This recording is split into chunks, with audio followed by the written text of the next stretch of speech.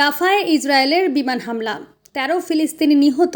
ফিলিস্তিনের অবরুদ্ধ গাজা উপত্যকার রাফা শহরে আবারও বিমান হামলা চালিয়েছে ইসরায়েল।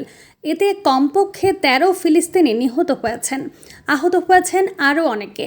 সোমবার বার্তা সংস্থা রয়টার্সের এক প্রতিবেদনে এ তথ্য জানানো হয়েছে। রয়টার্স জানায়, অবরুদ্ধ গাজার দক্ষিণাঞ্চলীয় রাফা শহরে ৩টি বাড়িতে ইসরায়েল বিমান হামলা চালিয়েছে।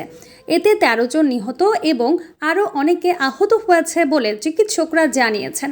তবে ফিলিস্তিনের সরকারি বার্তা সংস্থা ওয়াফা বলছে, এই হামলায় নিহতের সংখ্যা আরও বেশি।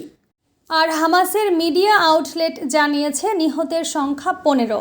রাফায় এমন এক সময়ে এই হামলা চালানো হলো যখন ইসরায়েলের সঙ্গে যুদ্ধবিরতি চুক্তির সম্ভাবনা নিয়ে আলোচনা করার জন্য হামাসের নেতাদের আমন্ত্রণ জানিয়েছে মিশর।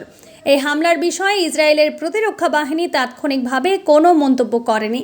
প্রসঙ্গত, গত ৭ অক্টোবর হামাসের নজিরবিহীন হামলার পর থেকে ইসরায়েল গাজা উপত্যকায় অবিরাম বিমান ও স্থল হামলা চালিয়ে যাচ্ছে।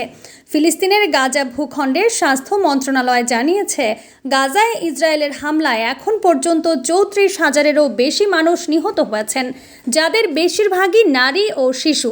এছাড়া আহত হয়েছেন ৭৭,০০০-এর বেশি মানুষ।